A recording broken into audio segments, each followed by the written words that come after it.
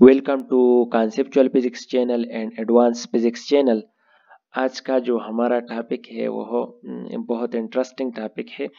एक नई थ्योरी आई है और इस थ्योरी को मैं आप लोगों के साथ शेयर करना चाहता हूँ। ठीक है, तो सबसे पहले चलते हैं अपनी टॉपिक की तरफ। आज का हमारा टॉपिक है जो बिल्कुल आपको स्क्रीन पे नज़र आ रहा है, पेनरोज थ्योरी। पेनरोज एक साइंटिस्ट था, रोगर पेनरोज। उन्होंने एक थ्योरी पेश की और ये साइंटिस्ट जो है ये आप लोगों के पास एक ये जो है नोबेल प्राइज विनर भी है। रोगन Penrose believed that the Big Bang was not the beginning of our universe, rather it was the end of the previous one। ये रोगर पेनरोज जो आपके सामने है, इसकी जो पिक्चर आप लोग के सामने है, ये रोगर पेनरोज है। ठीक है, उन्होंने एक थ्योरी पेश की और थ्योरी में उन्होंने ये कहा कि बिग बैंग जो है, ये जो पिक्चर आप लोग के सामने है, कि बिग बैंग हुआ तो उसी वक्त ये हम लोग कहते हैं कि ये यूनिवर्स की बिगिनिंग है। ठीक है, लेकिन रोगर पेनरोज ये कहता है कि ये जो बिग बैंग हुआ है, ये हमारे पास बिगिनिंग नहीं है यूनिवर्स का, हमारे यूनिवर्स का। वो क्या कहता है, वो ये कहता है कि ये जो है प्रीवियस जो यूनिवर्स था उसका एख्तिताम था और ये एक नया यूनिवर्स जो है इसकी स्टार्टिंग हुई, इसकी फिर मतलब दूसरा यूनिवर्स स्टार्ट हो गया। सो आप लोग के सामने है बिल्कुल ये बिग बैंग की मतलब कोई वैसे ही पिक्चर उठाया है। ठीक है, ये एक आप लोग के सामने इमेज है, उनसे आप लोग देख सकते हैं यहाँ पे बिग बैंग हुआ है और फिर ये हम कहते हैं कि यूनिवर्स जो है ये कंटिन्यूअसली एक्सपेंडिंग हो रहा है। तो यहाँ पे ये जो सामने आपको नज़र आ रहा है ये गैलेक्सीज वगैरह है। ठीक है, तो ये साथ ही साथ एक्सपेंड हो रहा है। तो ये साइंटिस्ट क्या कहता है कि ये जो यूनिवर्स एक्सपेंड हो रहा है तो इसकी फिर आगे क्या होगी और किस तरह फिर दूसरा यूनिवर्स स्टार्ट होगा। तो उन्होंने बहुत मशहूर ये सेंटेंस कहा है, the big bang was not the beginning. ठीक है, तो आइए देखते हैं कि बिग बैंग किस तरह नहीं है बिगिनिंग ऑफ आवर यूनिवर्स। तो सबसे पहले Penrose theory is the idea that in the very distant future the universe will in one sense become very similar to how it was at the big bang।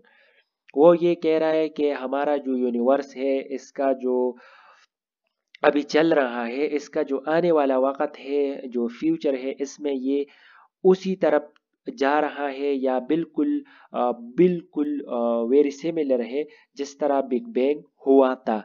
He says that at this point the shape और geometry of the universe was and will be very smooth. वो ये कह रहा है कि universe जो है इसकी शेप या ज्योमेट्री जो है वह बहुत ही हमवार होगी, क्योंकि ये जो आप लोग के सामने दूसरा सेंटेंस कह रहे हैं यहाँ पे, in contrast its current very जज फॉर्म, जो कि उनकी जो अभी जो मौजूदा फॉर्म है अगर आप इनसे मुआजिना करें तो आने वाला जो यूनिवर्स हमारे पास है, आप द यूनिवर्स वाज यूनिवर्स जो है, ठीक है, and will be very smooth, हमारा जो यूनिवर्स है ये स्मूथ होगा, जो कि ये करंट फॉर्म है, ये जो एक्सपेंड हो रहा है। ठीक है, दिस कंटिन्यूटी ऑफ शेप, ये जो शेप में कंटिन्यूटी है, ही मेंटेन्स, ये मेंटेन कर रहा है, will allow a transition from the end of the current Ian.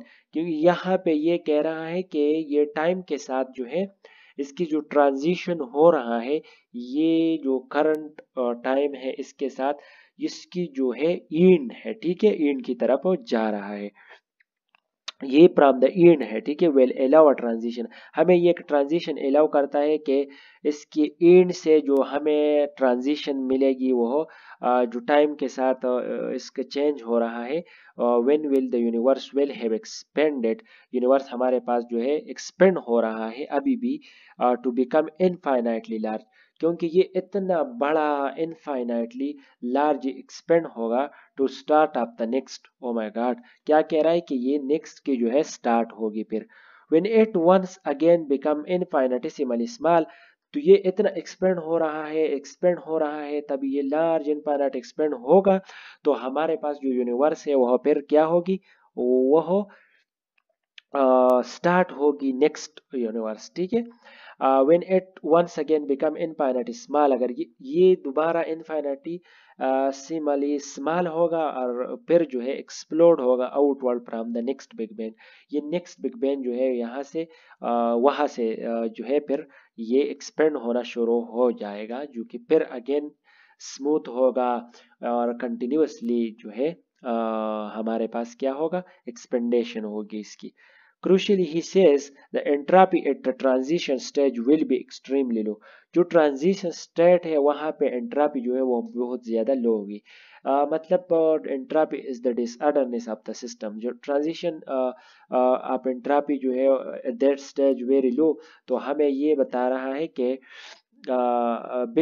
Because black hole जो है which destroy all information that they suck in, जितने भी इंफॉर्मेशन वो ब्लैक होल के अंदर जाते हैं तो ब्लैक होल वो उसको डिस्ट्रॉय करता है, ठीक है, वो तबाह करता है। Evaporate as the universe expand, और फिर ये इवापोरेशन इसकी होती है, कब इसकी इवापोरेशन होती है, जब हमारे पास यूनिवर्स की एक्सपेंडिंग होगी तब इसकी जो है इवापोरेशन होगी। And in so doing remove entropy from the universe, और ये कह रहा है कि एंट्रापी जो है वो यूनिवर्स से रिमूव होगा, ठीक है।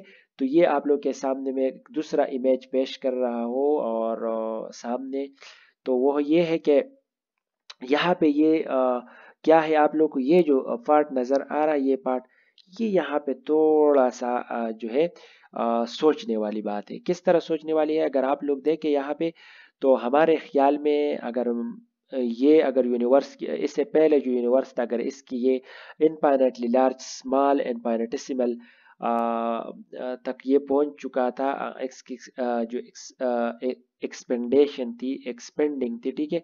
तो फिर यहाँ से दोबारा नेक्स्ट बिग बैंग हुआ जो हमारा करंट यूनिवर्स है, और ये यूनिवर्स हमारा दोबारा जो है आप लोग के सामने ये जो है ये फिर जो है एक्सपेंड हो रहा है, और ये फिर दोबारा इनफाइनाइटली स्मॉल होगा, क्या इनफाइनाइटली स्मॉल होगा, और फिर दोबारा नया बिग बैंग स्टार्ट होगा।